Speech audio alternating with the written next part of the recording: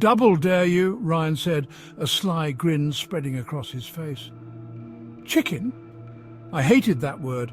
It always made my blood boil. "I'm not scared," I retorted, balling my fists. "I'll do it." The old mirror house loomed at the edge of town, shrouded in an eerie silence. Everyone knew the stories. Stories of disappearances, stories of whispers that followed you home. But I wouldn't let a stupid dare or a creepy house scare me. Not this time.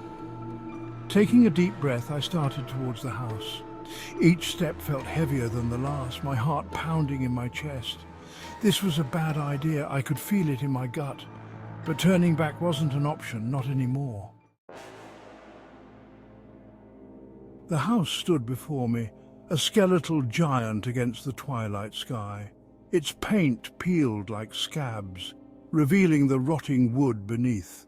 Vines, thick as my arm, snaked their way up the walls, their tendrils reaching towards the shattered windows like grasping claws. The air grew heavy as I approached the porch. It smelled of damp earth and decay, a sickly sweet aroma that sent shivers down my spine. The floorboards groaned under my weight, protesting every step I took. The sound echoed through the empty house, amplified by the silence that hung in the air. My hand trembled as I reached for the doorknob. It was ice cold to the touch, sending a jolt through my body. The metal was slick beneath my fingers, as if coated in something slimy. I wanted to turn back, to run back to Ryan and tell him this dare was stupid. But some invisible force drew me closer. The door creaked open, revealing a cavernous hallway swallowed by shadows. Dust motes danced in the faint moonlight filtering through the grimy windows. And everywhere, on every wall, hung mirrors. Hundreds of them. Their surfaces, cracked and clouded with age, reflected the dim light in a dizzying kaleidoscope. The air inside was thick and stagnant, heavy with the weight of forgotten memories. It pressed against me, suffocating me. I felt a presence here, something unseen, watching me from the shadows, observing my every move. My reflections stared back at me from a dozen different angles, each one a grotesque parody of myself. They seemed to mock me, their eyes following my every move. I had to get out of here. This place was wrong. It felt evil. I ventured deeper into the house, each step echoing in the eerie silence. The air grew colder, sending goosebumps erupting across my skin. I could hear whispers now, faint and indistinct, like the rustle of silk against skin. They seemed to come from the mirrors, swirling around me like a vortex of disembodied voices. The shadows in the house seemed to deepen, stretching and contorting as if alive. They danced at the edge of my vision, mimicking my movements. I spun around trying to catch them, but they always remained just out of sight, taunting me with their presence. A cold hand brushed against my neck, sending a jolt of terror through me. I whirled around, my heart pounding in my chest, but there was nothing there. Just the mirrors reflecting my own fear back at me. I was alone, or so I thought. Section 5. The Woman in the Mirror. I stumbled into a room at the end of the hallway.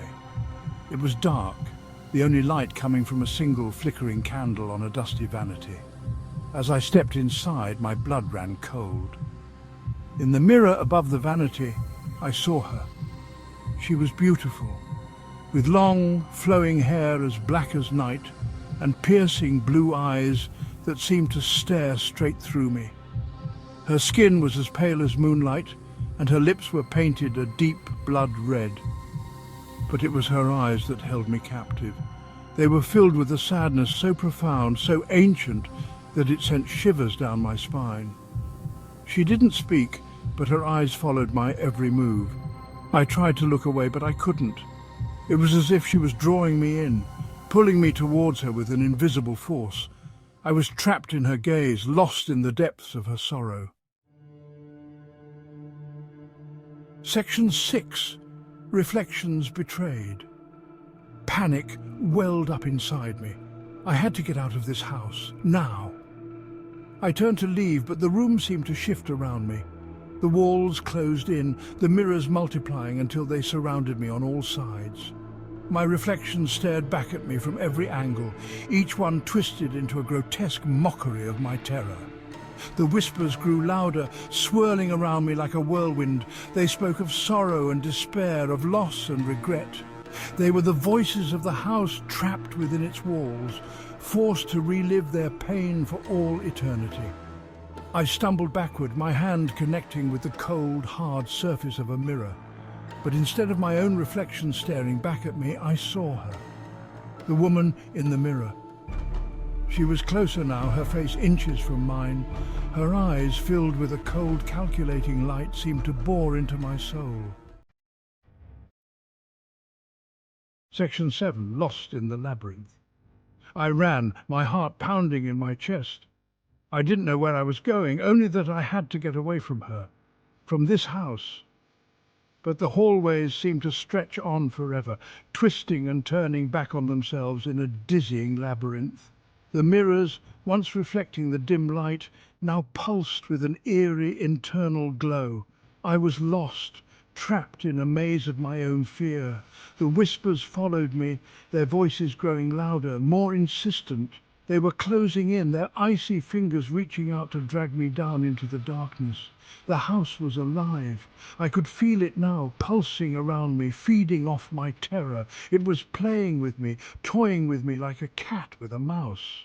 And I, the hapless prey, was running out of time. Section 8. Trapped. I slammed into a wall, my breath catching in my throat. Panic surged through me, cold and sharp. I was trapped. There was nowhere left to run. Turning slowly, I found myself facing a wall of mirrors. They stretched from floor to ceiling, their surfaces reflecting my own fear-stricken face 1,000 times over. The woman in the mirror was there, her image appearing in every single one. Her lips curled into a cruel smile, her eyes burning with a malevolent light. She was everywhere, surrounding me, her presence suffocating me. "You can't escape," her voice echoed around me, cold and sharp as shattered glass. "This house is mine, and now so are you." Terror, raw and primal, seized me. I was going to die here, trapped in this house, trapped with her. Section 9. The mirror's embrace.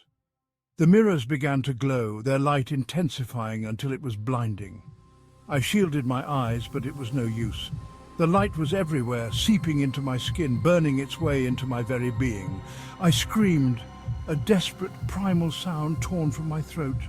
But the sound was swallowed by the mirrors, absorbed into their depths. I reached out, my hands connecting with the cold, smooth surface of the glass. And then I was falling. The world dissolved around me, replaced by a swirling vortex of light and shadows. I felt myself being pulled deeper, dragged into the heart of the mirror. The woman's laughter echoed in my ears, triumphant and cruel, and then everything went black. Section 10. A Warning Unheeded. The old mirror house still stands at the edge of town, a silent sentinel shrouded in shadow. They say it's haunted, cursed by the spirits of those who died within its walls. They say if you listen closely, you can still hear their whispers carried on the wind. And sometimes on a moonless night, if you look into the shattered windows of the house, you might see them, the faces of the lost, trapped forever in the mirror's embrace. Their eyes, filled with a haunting sadness, serve as a warning to those who dare to approach. But some warnings, it seems, are destined to go unheeded.